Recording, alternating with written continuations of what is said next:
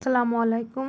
তো এখন রমজান মাস, তো তার জন্য এই রেসিপিটা নিয়েছি। এই রেসিপিটা আপনি আগে থেকে করে রাখলে ফ্রিজে রেখে দিলে আপনার ইফতারটা অনেকটা এগিয়ে যাবে। তো আমি এখানে নিয়েছি মুসুরির ডাল 1 কাপ মতো নিয়েছি, আর পোলাও চাল, আর এটা আমি ভিজে রেখেছিলাম 4 থেকে 5 ঘন্টা। আর এখন আমি এটা ব্লেন্ডারে ব্লেন্ড করে নেব। তবে এটা কিন্তু আমি একেবারে মিহি করে করব না, একটু আদোভাবেই মানে কি ব্লেন্ড করতে হবে। যে একেবারে মিহি করলে কিন্তু এই চপটা বানালে কিন্তু সেটা খেতে ভালো লাগে না।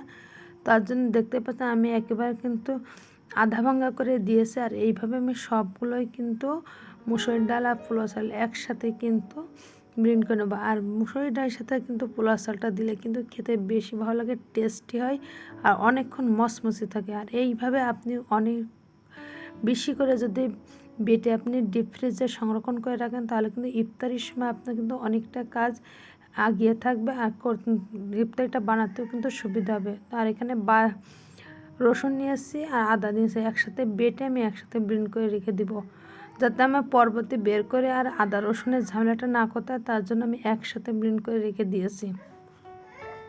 এভাবে একসাথে মিশিয়ে আমি ডিপ ফ্রিজে রেখে দেব। আর কিছু এখন চপ বানাবো, চপ বানিয়ে আপনাদেরকে দেখিয়ে দেব। তো দেখতে পাচ্ছেন একেবারে কিন্তু মিহিভাবে বাটি নিয়ে আমি আধা বাটা করে রেখে দিয়েছি। আর এখন আমি একটা বাটিতে করে, তো আমি এখানে 2টা বাটিতে রাখছি, অল্প অল্প করে রেখে দেবো। আমি সব একসাথে বের করবো না, অল্প করে বের করে করবো। এটা কিন্তু শুধু রমজান না, আপনি রমজানের বাইরেও কিন্তু যখন তখন নাস্তার জন্য এই রেসিপিটা বানিয়ে নিতে পারেন। এটা ছোটো থেকে বড় সবাই কিন্তু পছন্দ করবে।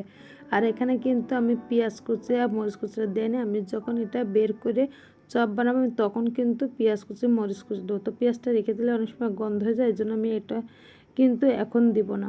তো দেখতে পাচ্ছেন আমি বাটিতে রেখে দিয়েছি, আর অল্প কিছু আমি পাত্রে রেখেছি, এটা দিয়ে আমি আর চপ বানাবো। আর এটা কিন্তু খুবই মচমচে হবে, আর খেতেও কিন্তু খুবই টেস্টি হবে। আর এখানে পেঁয়াজ কুচি আর মরিচ কুচি দিয়ে নিয়েছি, হলুদ গুঁড়া দিয়ে নিয়েছি, তো সামান্য পরিমাণ হলুদ গুঁড়ো দিয়েছি, আর স্বাদ মতো লবণটা কিন্তু আমি দিয়েছি যেমন স্বাদ অনুযায়ী দিয়েছি। আর এখানে দিয়েছি ভাজা জিরা গুঁড়া, আর এখানে দিয়েছি নুডলসের যে মশলা সেটা দিয়েছি। এটা সম্পূর্ণ অপশনাল, চাইলে আপনি এটা দিতে পারেন, আমার বাসায় এটা ছিল তা আমি এটা দিয়েছি, চাইলে আপনি স্কিপও করতে পারেন।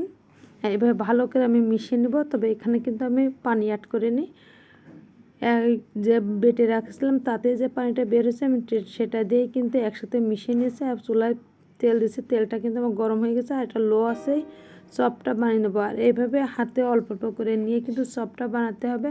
আর এটা কিন্তু ভিতর থেকেও কিন্তু মচমচে হবে, আর লো আছে কিন্তু ভাজি করতে হবে। আপনি যদি হাই হিটে ভাজি করেন সেক্ষেত্রে কিন্তু নিচের থেকে আগে পুড়ে যাবে, আর উপর থেকে কিন্তু নিচের থেকে পুড়ে যাবে, আর ভিতরে কিন্তু কাঁচা থাকবে। তো সেই জন্য সাবধানেই কিন্তু চপটা বানাতে হবে।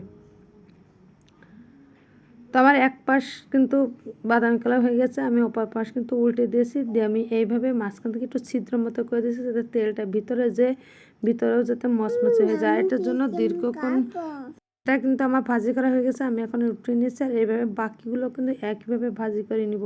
তো আমার ভিডিওগুলো দেখে আপনারা বাসায় একবার ট্রাই করবেন, আর এইভাবে ফ্রিজে সংরক্ষণ করে রাখবেন, যাতে রমজান মাস আপনার কাজটা খুব তাড়াতাড়ি করতে পারেন, ইফতারিতে যেন কোনো ঝামেলা না হয়, সেই জন্য আপনি এই কাজটা অবশ্যই করে রাখবেন।